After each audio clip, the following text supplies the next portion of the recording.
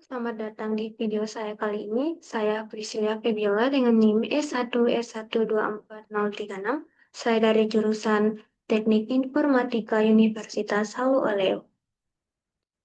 Di video saya kali ini saya akan menjelaskan terkait proyek aljabar linear saya dengan judul Klasifikasi Sentimen Ulasan Novel Pembunuhan Zodiak Tokyo dengan menggunakan metode Cosine Similarity. Nah, di video saya kali ini saya akan menjelaskan terkait laporan yang telah saya buat. Jadi tujuan dari laporan saya itu untuk menganalisis sentimen dari para pembaca yang diberikan di platform Ipusnas. Nah, saya mengumpulkan datanya dari platform Ipusnas. Jadi dalam laporan saya ini saya menganalisis antara sentimen pembaca dan dengan menerapkan konsep aljabar linear. Oke, langsung saja kita masuk ke bagian abstraknya. Nah, di bagian abstrak ini saya menjelaskan terkait inti dari penelitian yang saya lakukan, inti dari proyek saya. Nah, di sini saya menganalisis sentimen ulasan novel Pembunuhan Zodiak Tokyo dari platform Ipusnas. Nah, ada 5 ulasan yang saya kumpulkan dari platform Ipusnas dan nantinya saya akan bagi ke dalam 3 sentimen, yaitu positif, negatif, dan netral kalau ada dengan menggunakan metode Cosine Similarity.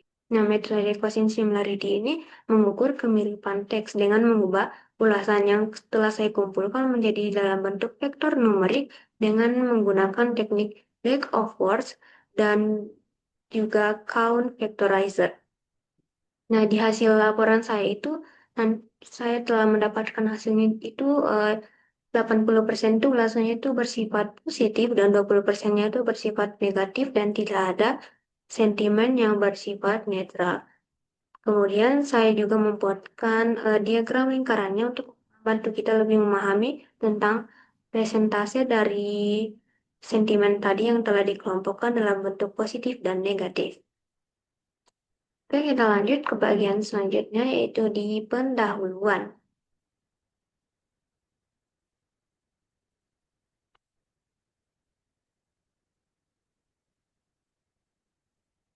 Nah, di bagian pendahuluan ini saya tuh menjelaskan mengenai inti dari proyek saya ini. Jadi dengan semakin populernya platform ulasan daring seperti saya yang saya gunakan tadi itu Ipusnas. Nah, saya itu menganalisis sentimen yang membantu kita untuk memahami opini pembaca terhadap ulasan karya sastra secara terstruktur. Nah, saya ingin mengklasifikasikan ulasan novel Pembunuhan Zodiak Tokyo ke dalam kategori positif, negatif, dan netral.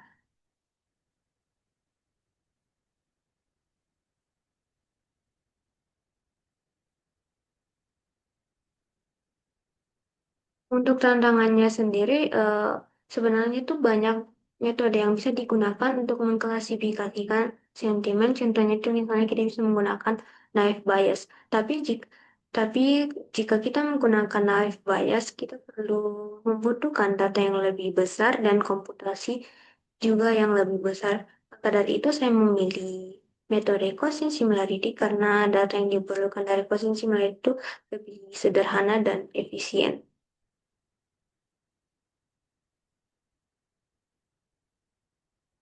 Di bagian pendahuluan juga saya memberikan beberapa keuntungan dari metode Cosine Similarity.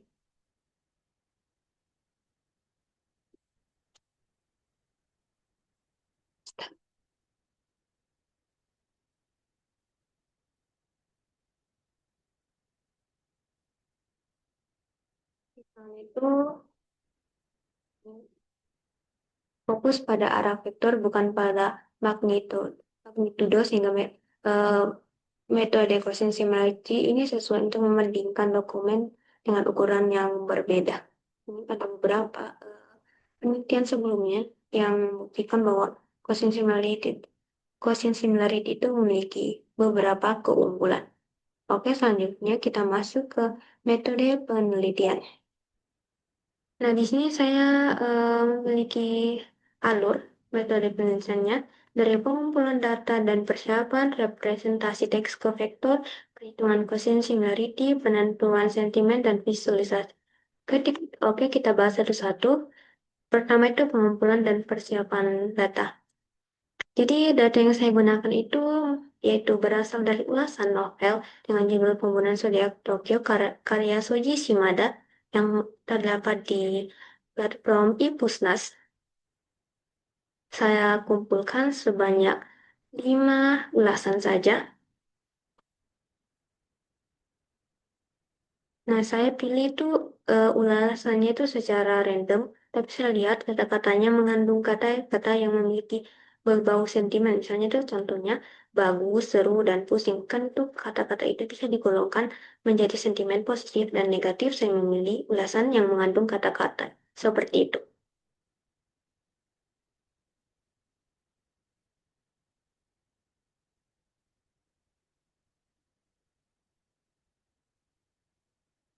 Nah, di sebagian sini bisa kita lihat kalau saya itu tidak membagi datanya dalam data latih dan data uji, karena seperti yang saya sebutkan tadi, datasetnya itu hanya 5 ulasan saja. Jadi semuanya itu dianalisis menggunakan metode quotient similarities.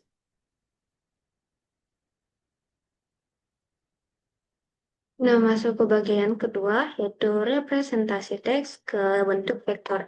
Jadi, teks yang tadi, ulasan tadi yang masih berbentuk teks akan diubah ke dalam bentuk vektor agar bisa nanti dihitung quotient similarity-nya dengan menggunakan fungsi count vectorizer dari library scikit-learn.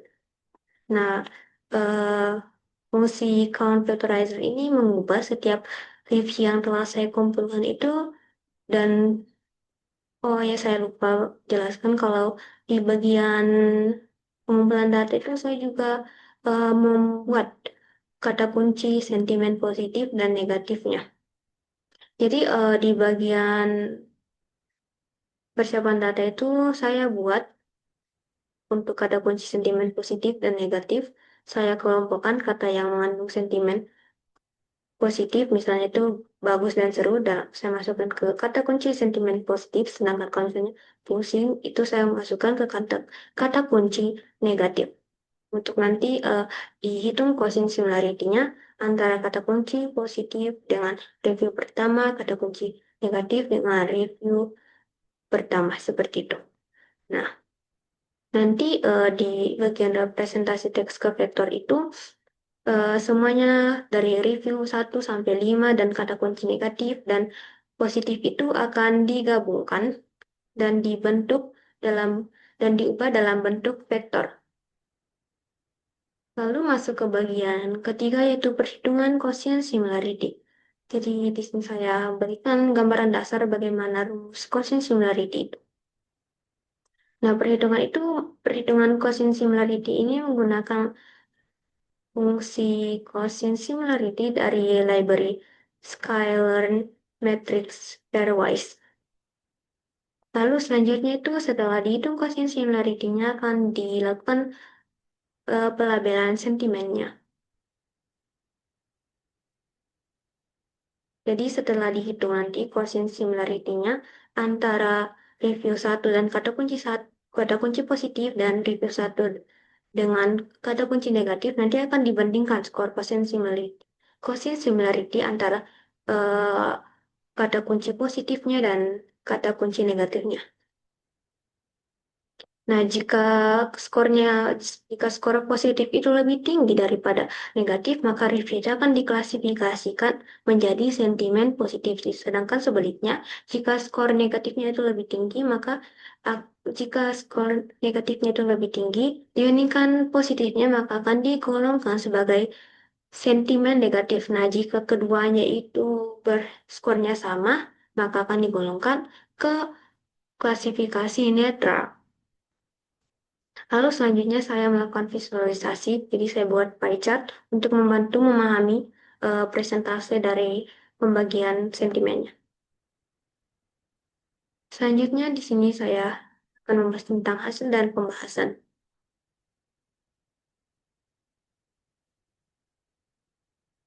Nah, di bagian pertama, di hasil dan pembahasan itu adalah pengumpulan data. Ini kita bisa lihat gambar dari dataset yang saya miliki. Di sini ada nomor, tanggal, username dari yang memberikan review dan reviewnya. Saya beri ada kumpulkan 5. Nah, data yang saya kumpulkan itu dari tahun 2024 sampai 25 bulan Mei.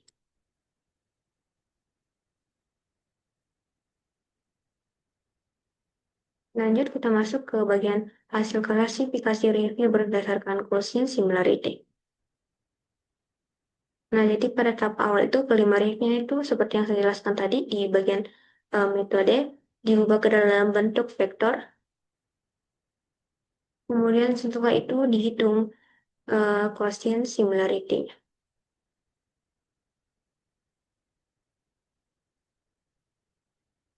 Nah, di sini ditampilkan hasil perhitungan dari quotient similarity-nya. Jadi di sini ada reviewnya, review 1 sampai 5, skor quotient similarity-nya. Di sini di tabel ini saya bagi skor quotient similarity-nya jadi 2, quotient dengan kata kunci positif dan kata kunci negatif, skor quotient positif dan negatif yang nantinya akan dibandingkan untuk mengklasifikasikan sentimennya, lalu pemberian label sentimen. Dan di sini kita bisa lihat seperti yang saya jelaskan tadi, di review 1 dibandingkan skor quotient positif dan negatifnya.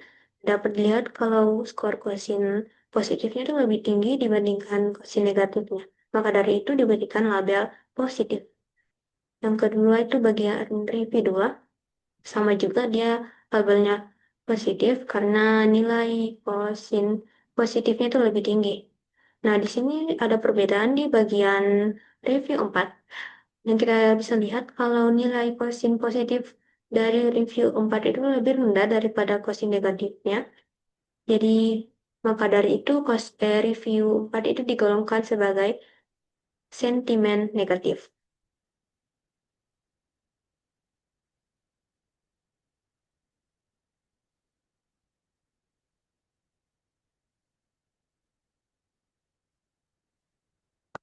Oke, selanjutnya di analisis kualitatif hasil review. Nah, di review 1 hingga 3 itu kenapa saya digolongkan sebagai kata sebagai sentimen positif karena dia itu mengandung banyak kata seperti bagus, jelas, suka, dan brilian yang ada di label yang ada di kata kunci positif.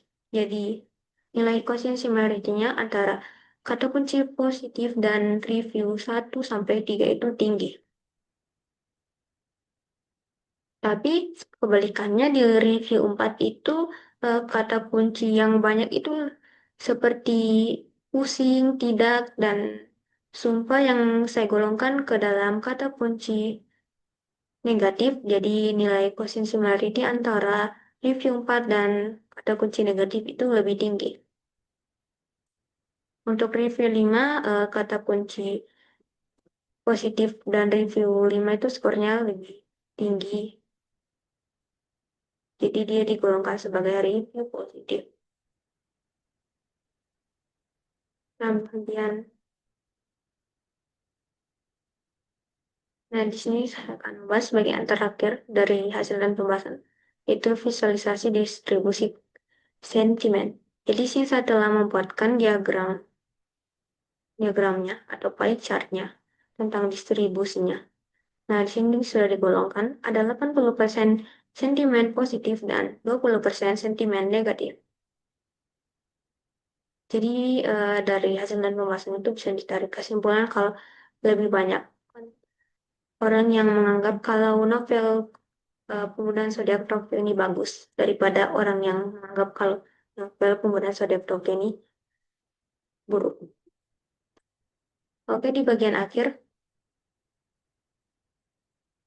oke, kita masuk ke bagian terakhir yaitu kesimpulan.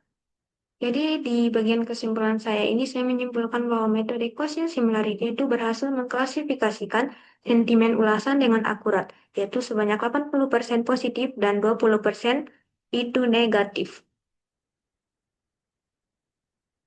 Tanpa ada ulasan yang netral. Nah, pendekatan metode Gaussian similarity ini tuh efektif untuk dataset yang kecil karena tidak butuh banyak pelatihan model seperti machine learning. Nah, diagram lingkaran itu yang saya berikan tadi itu memberikan gambaran yang jelas tentang respon positif terhadap novel pembunuhan zodiak Tokyo ini. Namun, eh, metode Gaussian similarity ini tuh punya keterbatasan tentunya, seperti sulit menangani ambiguitas kata atau subjektivitas ulasan. Nah, dari penelitian dan proyek saya ini menunjukkan bahwa potensi Gaussian similarity itu ada untuk menganalisis dan mengklasifikasikan sentimen. Berikut ini beberapa daftar pustaka yang saya miliki.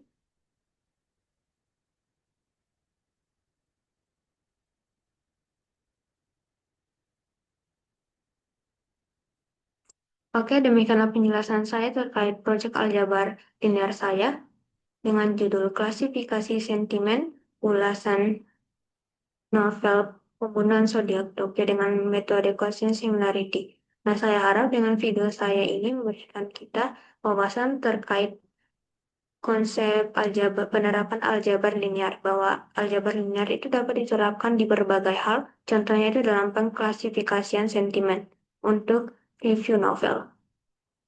Sekian video saya untuk kali ini, saya ucapkan terima kasih.